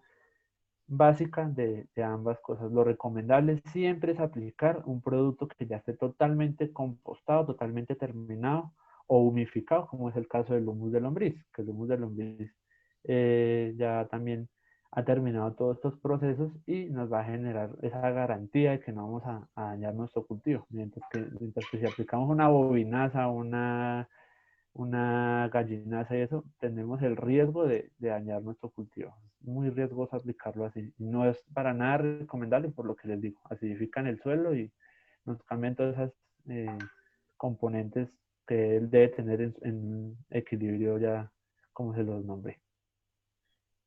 Perfecto. Bueno, pues ya como se abre la ronda de preguntas, me están haciendo muchas preguntas por diferentes medios, bien sea por la plataforma de Zoom, por el grupo de chat, bueno, y en definitiva, tratamos de responder a la brevedad posible y que todos se lleven claras las inquietudes y las dudas que tenía. Me pregunta que si la textura de los suelos influye mucho en la capacidad para retener los nutrientes. Claro que sí. Una textura, digamos, que sea arenoso, él no va a retener nutrientes. Él va a ser un suelo que hay que aplicarle materia orgánica para mejorar esa textura, porque es un suelo que, como las partículas de arena son más grandes, no van a agruparse entre ellas y va a haber muchos espacios. Entonces, el agua de riego que apliquemos y los nutrientes van a bajar por infiltración y las plantas no lo van a aprovechar. Entonces, en un suelo, digamos, arenoso, vamos a recomendar siempre hacer una enmienda orgánica para mejorar esa estructura. Ya si es otro caso contrario, como un suelo arcilloso, puede compactarse y claro, también puede limitar esa absorción de nutrientes por lo que ya les comentaba. Se compacta, no hay aireación, la raíz no puede respirar, no puede crecer, no se puede desarrollar, no puede buscar zonas del suelo y además, pues si Dios no lo quiera, hay un invierno muy fuerte, se presenta un encharcamiento, una inundación, pues se nos perdió el cultivo. Entonces sí, Ya, afecta en eso. perfecto. Bueno, fíjate que también me están preguntando, dice, cuando los suelos tienen erosión, ¿se puede recuperar haciendo algún tipo de procesos? ¿Hay algún proceso en Sí, específico para cuando existe este tipo de suelos? dependiendo de lo erosionado que esté el suelo, digamos así como el de la imagen que les mostré, ese suelo ya no sirve, ese suelo ya es como para hacer una construcción ahí encima. Pero digamos, si es un suelo que hasta ahora está presentando erosión en sus primeras capas, lo ideal es hacer enmiendas de materia orgánica y crear una capa vegetal. Es decir, establecer algún cultivo, así no sea de alimentación, para después tener como esa cobertura de ese suelo y no dejarlo que se erosione más. Ya es un manejo más bien preventivo lo que tenemos que hacer que ya curativo. Pero digamos, si es un suelo que hasta ahora está presentando erosión en sus primeras capas, podríamos tener el tiempo de tomar esas acciones correctivas. Perfecto. Otra pregunta dice, ¿los biabonos tienen que aplicarse según el tipo de planta o el tamaño de la planta? Y cuando se aplican, ¿qué cantidades son consideradas para aplicar ya si la planta está dependiendo del tamaño? ¿Cuál es la cantidad de los que se debe aplicar a los terrenos de este tipo de fertilizante o de abono, biabonos se llama? Entonces, no sé qué le recomiendas tú a este señor que pregunta. Bueno, eso es algo muy relativo. Eso, primero habría que saber qué cultivo es y la composición del abono. Porque sí, en diferentes etapas del cultivo la dosis cambia. Es algo muy relativo, pero eso es algo que para responder la pregunta ya muy puntual habría que estudiar dónde está el cultivo, qué cultivo es, en qué edad tiene, para así determinarle pues, la dosis y decirle tanto o no es necesario aplicarle o en esta etapa aplíquele más o aplíquele menos. Sí, eso es algo muy relativo, pero así como para responder, sí, en cada etapa del cultivo debe ser diferente la dosis. Entre más grande sea y más desarrollado esté el cultivo, mayor va a ser la dosis porque el mayor va a pedir más, mejor dicho. Es igual que un niño. Un niño cuando está pequeño come más poquito que un adulto. Es igual. Ok, Con una, ok, es igual, es la misma relación. perfecto. Dice que, también me preguntan acá, dice, los suelos de mi huerta, cuando llueve mucho se encharcan, es decir, se convierten mucho en lodo. Esto es por falta de nutrientes. No, no, no es por falta de nutrientes, ya es por la textura. Debe ser un suelo muy arcilloso. Entonces, por eso es que se encharca. Ahí lo que habría que hacer es crear algún método de una zanja o demás, lo que ayude a sacar esa agua en exceso del suelo, como esas que yo acabé de explicar, una zanja o Oh, una canal donde que saque esa agua de la huerta para que no se encharque. aquí me preguntan, dice, si utilizamos si utilizamos fertilizantes, ¿cuáles serían los más recomendables para utilizar en los suelos que contengan todos estos microelementos que usted acaba de descifrar? O sea, que ella lo que básicamente me pregunta es cuál de los fertilizantes que se utilizan para la siembra, cuáles de ellos son más ricos en todos esos microorganismos o eso, lo que tú acabas de decir que es nutriente para los suelos. ¿Cuál es el más recomendable según la pregunta? Bueno, los más recomendables son como el Terrazán, el de nuestra empresa, que es un abono Ok. orgánico mineral que tiene todos los macro y microelementos y además va a generar esa corrección de suelos, ese acondicionador de suelos para que la planta mantenga no solo por un momento, que es lo que nos ofrece el fertilizante químico, que bueno, le aplicamos un triple 15, nitrógeno, fósforo, potasio. La planta lo absorbió un porcentaje, el resto se perdió por volatilización o por riego, se lavó y hasta ahí llegó, mientras que un abono orgánico siempre nos va a mantener la estructura del suelo, su textura y todo en equilibrio y nos va a mantener esa absorción de nutrientes a lo largo del tiempo. Es un mantenimiento en el tiempo. Entonces, lo más recomendable es un abono orgánico que viene de un proceso de compostaje o de humus de lombriz. Ok, perfecto. Bueno, por otro lado me dicen, ¿cuáles son las formas de nitrógeno y fósforo más asimilables? Es decir, ¿cuáles de esos recomiendan? Bueno, la forma asimilable del fósforo en el suelo son los fosfatos. Cuando el Ok, fósforo está solito, es un fósforo inorgánico y la planta no lo va a absorber. Muchos suelos tienen esta condición y por eso tenemos que aplicar fertilizantes como DAP o demás químicos que son muy famosos que usan las personas, porque a veces ese fósforo inorgánico que está ahí, puede haber muchísimo, pero la planta nunca lo va a absorber. Y la forma del nitrógeno, pues viene en urea, por ejemplo, un nitrógeno ureico. Es el más común que aplican, pero igual en los fertilizantes orgánicos ya también viene en forma asimilable para las plantas. No habría que preocuparnos por ese tema. ok, perfecto. Sebastián, aquí me piden también una aclaratoria. Dice, cuando la conductividad de los suelos, dice, hay que aclarar eso porque dice, si no hay una conductividad en los suelos, o sea, se puede colocar la cantidad de nutrientes que exista, puede haber muchos nutrientes, pero si no hay una buena conductividad de los suelos, es factible. eh, ¿Cuál es tu recomendación?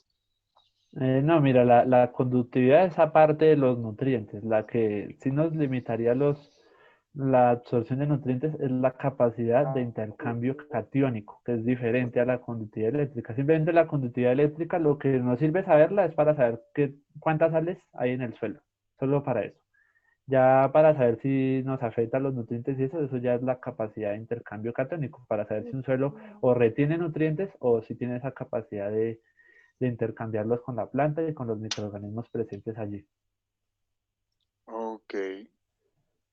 Dice, ¿cómo se hace cuando hay exceso de nutrientes?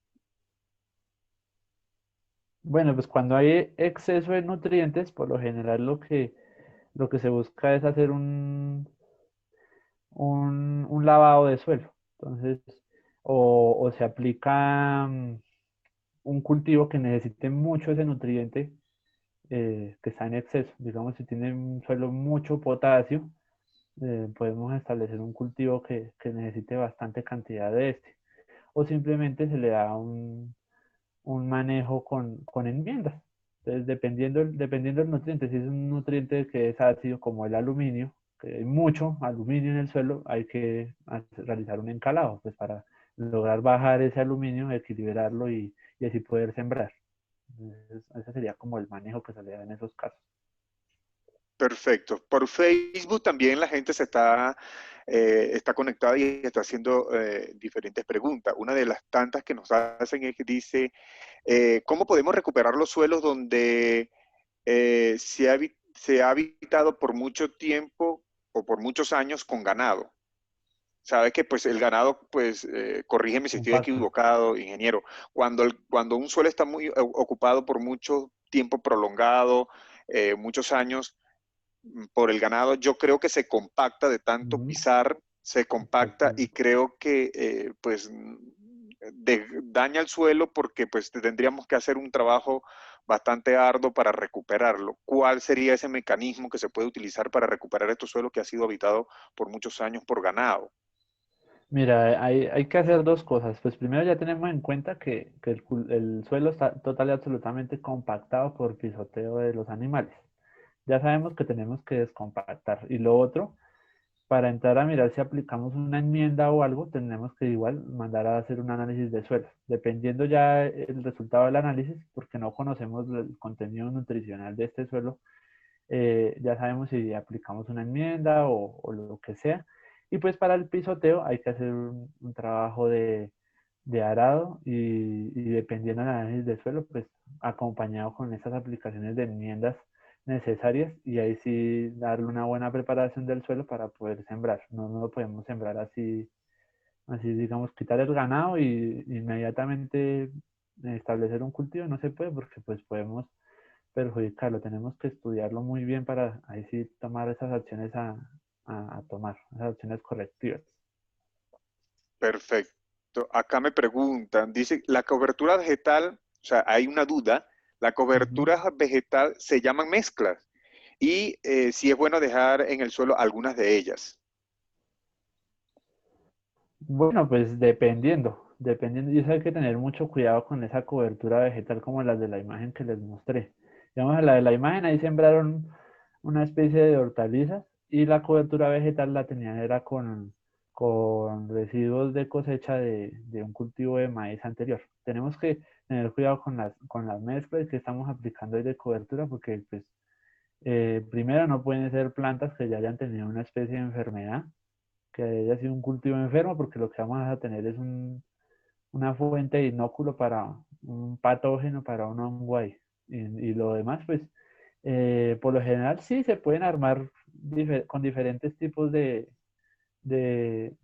mezclas, digamos, residuos de poda de pasturas, como residuos de cosecha de un cultivo y demás. Lo importante es que esos residuos de cosecha o con lo que vayamos a crear esa cobertura esté sana, no haya tenido problemas fitopatógenos para Ok, no generar problemas. ok.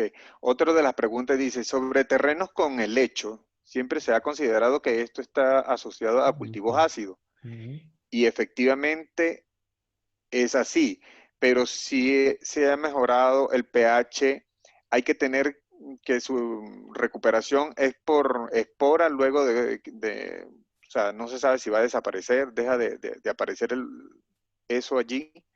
Es lo que me preguntan acá. O sea, si deja de aparecer que lo ácido o los helechos, no entendí. Sí, pues yo tengo la duda, dice cuando están asociados a cultivos, dice que los helechos están asociados a cultivos ácidos, Sí, ¿sí? sí, sí. Y dice pues que pues, la persona que hace la afirmación también cuando Ujú. dice que es porque se ha mejorado el pH. Hay que tener hay que detener su reproducción Ya, ya entendí la y pregunta. es por espora. O sea, lo que pasa es Ajá, que, sí, sí. ok, o sea, hay Sí, una manera de detener sí, claro, el indicador de que un suelo es muy ácido es la presencia de helechos. A ellos les encanta ese medio de crecimiento, les fascina. Entonces, una forma de ya saberlo es simplemente, digamos, tenemos un lote con helechos, no se ha cultivado nada y el agricultor desea meter, digamos, un cultivo de plátano, un ejemplo. Entonces dice, yo quiero establecer un cultivito acá. Entonces, ¿qué hay que hacer? Pues hay que hacer un trabajo de suelos, un arado, retirar todos los helechos y demás, agregar una enmienda como una dolomita o demás para estabilizar el pH y ya luego de eso, como las condiciones de pH se nos han cambiado, ya los helechos no tendrían problema, porque ya ellos no se podrían desarrollar porque pues el medio es un suelo ácido, ya con un suelo neutro pues ya no tendría problema. Solo se debería hacer es una aplicación de una enmienda para corregir pH, eso es todo. Ya podríamos establecer nuestro cultivo de plátano, por ejemplo. Entonces se encala un mes antes o 2 meses antes del establecimiento del cultivo y se deja que esta enmienda cal reaccione con el suelo, haga su trabajo y ya después sin ningún problema podríamos, si el agricultor desea, realizar un nuevo análisis de suelos para evaluar ese pH y si no, pues ya tendría esa confianza de que el pH ya se estabilizó, por así decirlo, y ya podría establecer el cultivo. ok, ingeniero, pues acá te están manifestando que se escucha un poquito bajo el volumen, el Ujú. audio está muy bajito, entonces, para que corrijamos eso allí. Me preguntan acá, ¿en qué fuente orgánica puedo encontrar el oxalato de calcio, por una parte? Y lo otro es la aplicación de cal. ¿Se disminuye en qué porcentaje se disminuye la materia orgánica en aplicaciones de cal? Bueno, pues la pregunta ya es más difícil. Pues, ¿en qué proporciones se baja la materia orgánica? Pues eso es difícil de describir. Eso sí, no, digamos, no hay como una escala o una medida que uno pueda decir, no, si aplico tanto de cal, elimino tanto de materia orgánica. Es cuestión de tener cuidado. Es cuestión de no aplicar en exceso. Desde que no se aplique en exceso, todo va a estar bien. Y eso pues también uno lo define dependiendo del análisis de suelo, dependiendo. Eso no hay como un parámetro para decir tanto. Y en general no. Toca todo con análisis de suelos dependiendo el caso. Y el exhalato Fíjate que de, ese, el ok, exhalato de calcio se encuentra pues en algunas plantas, pero pues no estoy seguro en cuáles, no estoy seguro. per- perfecto. Entonces, bueno, cualquier otra duda, pues nosotros también, aparte de la página, nosotros en nuestra página se pueden conectar allí, pueden ingresar y buscar alguna información. Si en algún momento quedan algunas dudas, lo podemos aclarar por allí o por el grupo también. Estamos atentos Claro a que sí. despejar cualquier duda. Nuestro ingeniero va a estar ahí constantemente atendiendo a sus solicitudes o inquietudes o algunas dudas. Sin embargo, fíjate que pues debo hacerte la pregunta, ¿no? ¿Qué laboratorios recomiendan para hacer análisis de suelo y de aguas? ¿Y cuál es el costo de esos análisis y en cuánto tiempo se demora el procedimiento para hacerlos? Bueno, pues por lo general el proceso se demora por ahí 2 semanas a 3 semanas. Eso es como lo general. Y pues así de otros países no conozco, pero aquí en Colombia pues hay muchísimos. Digamos que uno de los más conocidos es el de Agrosavia, que es la Corporación de Investigación Agropecuaria. Ellos ahí tienen análisis de suelos. Y pues de resto hacían laboratorios particulares, pero eso hay infinidad, eso se consiguen muy fácil, de precios, así que yo sepa, más o menos uno de suelos aquí en Colombia puede valer unos 130.000 pesos, 120.000. Hay unos que ya son más básicos que pueden valer por ahí 90.000, 100.000 pesos. Y el de agua está por el mismo precio, más o menos por ahí unos 135 y eso. Más o menos lo que yo conozco. Pero eso hay muchos laboratorios que prestan el servicio. En Bogotá, digamos aquí en Colombia, en Bogotá, en Medellín, en varios lados se hay, pero digamos el más conocido y el que todo el mundo aquí en Colombia de pronto ya lo ha escuchado es el de Agrosavia, es como el general de todos, digámoslo así. Ok, acá también me preguntan, ¿qué tan bueno es aplicar Buñiga, estiércol o otros fertilizantes orgánicos al suelo? Bueno, lo mismo como con la gallinaza, eso depende del estado de compostaje que tenga, depende. Si está bien compostado y ha pasado por un proceso de inocuo de que sea en un sitio limpio, que haya sido en un proceso que haya tenido todas las fases que yo ya nombré, como con el ejemplo de la gallinaza y demás, no hay ningún problema, pero lo mismo, si lo van a aplicar así puro y eso, no es recomendable. Ok. Acá me dice, ok, en un terreno semi inclinado, no, perdón, aquí hay otra pregunta, dice, cuando hay, donde habita mucho chisa o babosa, ¿qué se puede Ujú. aplicar? Cal, se puede aplicar cal. Eso es Cal. algo que les ayuda. Y no solo cal, también podemos hacer un encalado suave, no mucha. Y si están dentro de las posibilidades del agricultor en cuestión, realizar un volteo de suelo con un arado, que esas capas profundas del suelo donde están las chisas y estos organismos queden volteadas hacia el sol y dejar solarizar el cultivo unos días. Entonces el sol también ayuda a matarlos porque los deshidrata y ellos van a morir. O sea, se van a morir por deshidratación y también por la cal en el caso de los moluscos. Eso los quema y los mata. Ok. Eh, Le ofrezco disculpas si alguno de nuestros participantes ha hecho preguntas y no han sido respondidas. Nuestra amiga Luz Marina y Lirian están respondiendo de manera aleatoria o de manera consecutiva las preguntas que están haciendo, porque a mí se me hace difícil llevar el seguimiento de las preguntas que están suscitándose en el chat. Pero bueno, quisimos responder preguntas a nuestro participante de manera que todos quedaran satisfechos, pero el tiempo se nos agota. Quizás quisiéramos atender a sus necesidades lo más pronto posible. De todas maneras, vuelvo y le repito, pueden ingresar a nuestra página o hacer las preguntas en el grupo, en el chat, en Facebook, también en nuestro fanpage, pueden ingresar también y a tener contacto directo con nuestro agrónomo. Sebastián está dispuesto a responder Ujú. preguntas. Entonces, creo que faltaron muchas preguntas por hacer, pero sí se trata en lo posible de cubrir, ¿no? Y no sé si tiene nuestro gerente Jorge, ¿tiene alguna pregunta? ¿Va a hacer alguna intervención? Nuestra amiga Lirian, si está por allí, si me está escuchando, si tienen alguna inquietud, alguna pregunta que hacer o hacer alguna participación. Perdóname, el tema es darle ya la palabra a Andrea, cerrar, agradecerle a todos por la asistencia y esperamos vernos muy pronto. Y como lo acaba de decir Wilfredo, pues estamos disponibles para lo que ustedes requieran en el camino. Perfecto, entonces, bueno, gracias Sebastián, muchísimas gracias.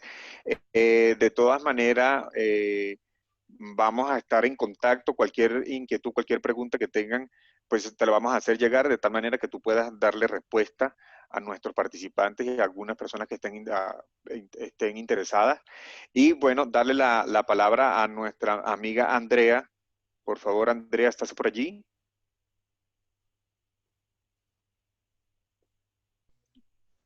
Gracias, muy ¿Aló? amables. Hola, hola a todos. Okay. Bueno, pues agradecer la participación muy activa. Sabemos que quedan bastantes preguntas por resolver, pero bueno, sé que para eso van a estar allí muy pendientes. Vamos a revisar todas estas preguntas. Tranquilos que todo el chat queda guardado para que podamos acompañarlos en todo este proceso. Agradecerle a Ecobojacá por confiar en Unigermana. Unigermana, para todos los que nos están viendo en este momento, es una institución de educación superior con sede principal en Bogotá. Tenemos una sede adicional en la ciudad de Pereira. Con programas profesionales y tecnólogos, y adicional, pues manejando todo el tema de educación continua, de cursos libres. Entonces, reiterarles la invitación de que vamos a continuar trabajando en alianza para formalizar pues todo este tema de capacitación, brindando un aval académico, un respaldo académico por parte de esta institución de educación superior para todos los programas de capacitación que vienen. Entonces los invitamos a estar en contacto con Ecobojacá y también pues que puedan visitar desde ya la página web de Unigermana. Y estaremos próximamente enviándoles a sus datos de contacto la información correspondiente al diplomado que ya viene, un diplomado que va a tener todos estos aspectos que hemos estado observando, pero un poco más a profundidad y para trabajarlos cada uno para que realmente en la praxis se note todo lo aprendido y pues para que ustedes puedan cursarlo con nosotros. Entonces, agradecerles nuevamente y reiterar la invitación de que estén muy pendientes de todo el material que les vamos a suministrar para que ojalá nos acompañen en este diplomado que estará iniciando a finales del mes de agosto. ¿Listo? Entonces, posiblemente desde ya van a empezar a recibir información para que estén todos conectados. Si tienen alguna duda de cómo inscribirse, en dónde hacerlo, allí vamos a estar muy pendientes para resolver esas inquietudes. Entonces, bueno, sin más, vamos cerrando esta sesión. No sé Andrea, si... disculpa que te Sí. interrumpa. La gente está manifestando que para llenar el instructivo de participación han tenido inconveniente para llenarlo, ¿no? Entonces, no sé qué recomendaciones le tienes a nuestros participantes si han tenido alguna dificultad para llenar el instructivo y cuál sería otro medio donde ellos puedan hacer el registro. Ok, no se preocupen. Si de pronto no pudieron realizar la confirmación de asistencia en el formulario que se les indicó al inicio, no se preocupen, que de todas maneras nosotros aquí tenemos en el chat las participaciones de cada uno y su saludo inicial, entonces desde allí vamos a poder registrar su asistencia. ¿Listo? Entonces, para quienes de pronto no lo han hecho, se animen antes de irse y dejen su nombre y su dato de contacto en el chat para que nosotros podamos entonces registrar esta asistencia.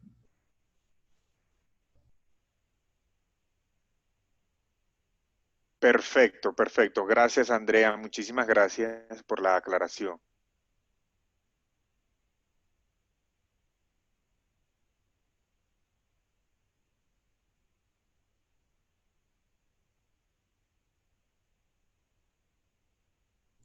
Perfecto, allí entonces ya nos están dejando los datos. Muchas gracias a quienes están ya despidiendo y dejándonos sus datos para registrar su asistencia. Recordarles que entonces vamos a continuar trabajando en alianza y que los esperamos entonces en una próxima oportunidad para continuar brindándoles todos estos temas y ponerlos en práctica. Sí, exacto. Nosotros vamos a estar totalmente haciendo acuerdos. En este caso, pues no, vamos a estar en constante comunicación para ir bajando información y nosotros poder publicarla en nuestra página, de tal manera que la gente tenga diferentes maneras o medios de poder enterarse de lo que estamos haciendo y cuál es esta alianza que tenemos con la universidad. De verdad que muchísimas gracias por extendernos la mano y hacer cambios. Lo importante es que la gente esté contenta y pues vayamos sumando, ¿no? La idea es sumar. Me están preguntando que cuándo sería la próxima capacitación, la cuarta capacitación de nuestra querida Luz Marina. Nos está diciendo que es la última semana del mes de agosto. Para las personas que están interesadas, para la última semana del mes de agosto se estará haciendo la cuarta participación o capacitación virtual.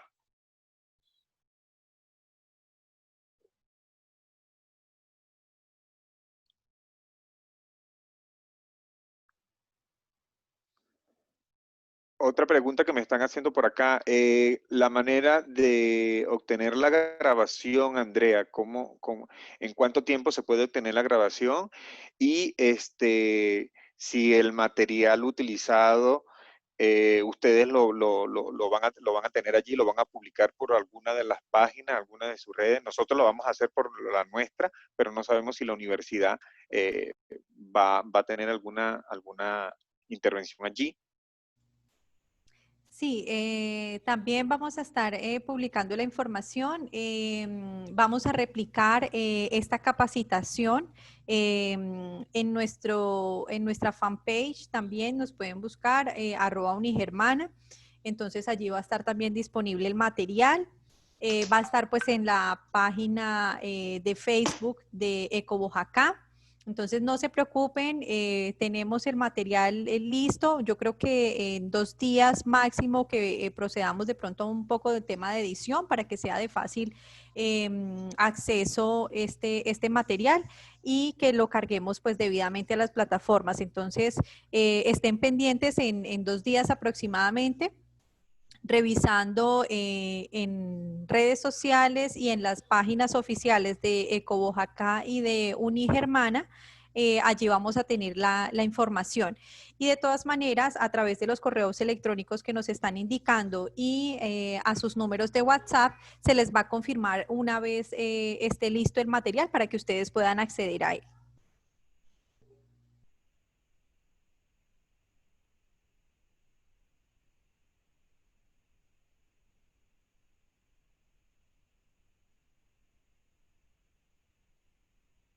Aló, aló. Sí, te escucho. Ah, ok, sí, no, es que creo que me sacó de la ¿Te fuiste un plataforma. momento? Ah, ok. Sí. Bueno, muchísimas gracias, Andrea. Está de más pues decirte que estamos completamente a la orden para cualquier otros proyectos venideros. La gente está muy interesada, de verdad que pues muy agradecidos con el ingeniero porque el ingeniero fue bastante conciso, preciso, fue muy clara la información que le brindó a todos nuestros participantes y pues con algunas dificultades, eh, pero se logró el objetivo. Quedó mucha gente todavía por fuera, gente que se quiso conectar al Facebook, se les hizo un poquito engorroso el procedimiento, pero lo importante es que estamos buscando los medios y las maneras de poder abarcar y de poder ampliar este tipo de proyectos de tal manera que pues sea de provecho para nuestros agricultores y nuestros participantes que cada vez manifiestan que quieren hacer los cambios y qué bueno que acá conjuntamente con Ecoplane, 9R Sostenible, están haciendo trabajos y proyectos en pro de regresarle a nuestra madre tierra todo lo que nos ha brindado y que lastimosamente, si no se toman acciones a la brevedad posible, creo que esto va a generar un colapso mayor del que ya estamos padeciendo. Entonces, nada, las exigencias siguen siendo las mismas, la gente quiere consumir productos de calidad y pues en este caso Colombia, Bogotá, que tiene suelos buenos para cultivar, pues la idea de aplicar nuestro producto Terrazán es poder devolverle a la madre tierra todos estos nutrientes y la posibilidad de seguir dándonos alimentos de buena y de mayor calidad, ¿no? Así es, este es un muy lindo propósito y pues de las manos de dos aliados que con la experticia en toda esta materia y pues también con el respaldo académico de que es un programa de calidad, que son formaciones que realmente tienen un alto contenido y que lo hacemos también de la mejor manera en términos pedagógicos para que todos podamos aprender. Es el propósito de nosotros acompañarlos en todo este proyecto. Entonces, como lo mencionabas, continuamos puliendo porque cada día pues tendremos que ir mejorando. Sabemos que hoy presentamos de pronto algunas fallas, pues gracias a la acogida de esta capacitación, pues tuvimos bastante asistencia y tal vez por eso, pues algunas personas se nos quedaron fuera de la plataforma de Zoom. Ya sabemos que tenemos que aumentar aún más el cupo para todos nuestros asistentes, quienes deseen conectarse a través de esta plataforma y pues vamos a revisar para que la transmisión en Facebook sea mucho más sencilla y que todos pues puedan también observarla desde allí. Entonces, pues continuamos mejorando. Ustedes saben que estas transmisiones en vivo siempre tienen pues algunas situaciones, temas de sonido, temas de internet, pero que lo queremos hacer así justamente para que ustedes sientan que primero sus voces son escuchadas con todas las inquietudes y también para que retroalimenten todo este proceso académico que para nosotros es muy, muy valioso.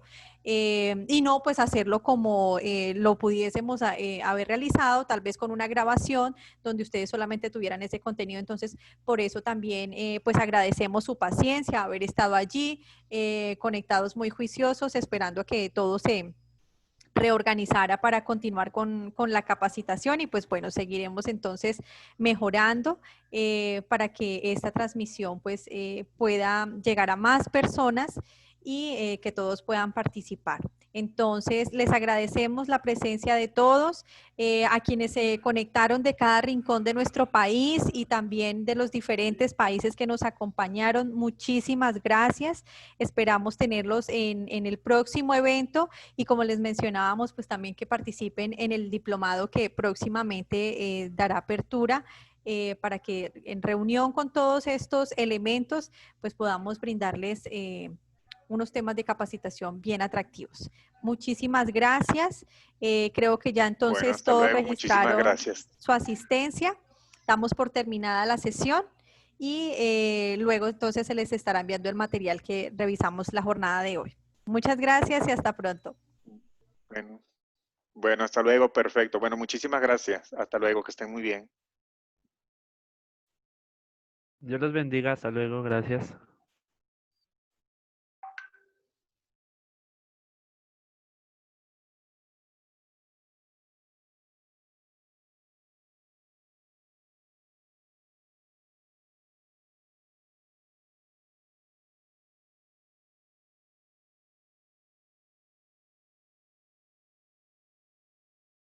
No. P, luego sí.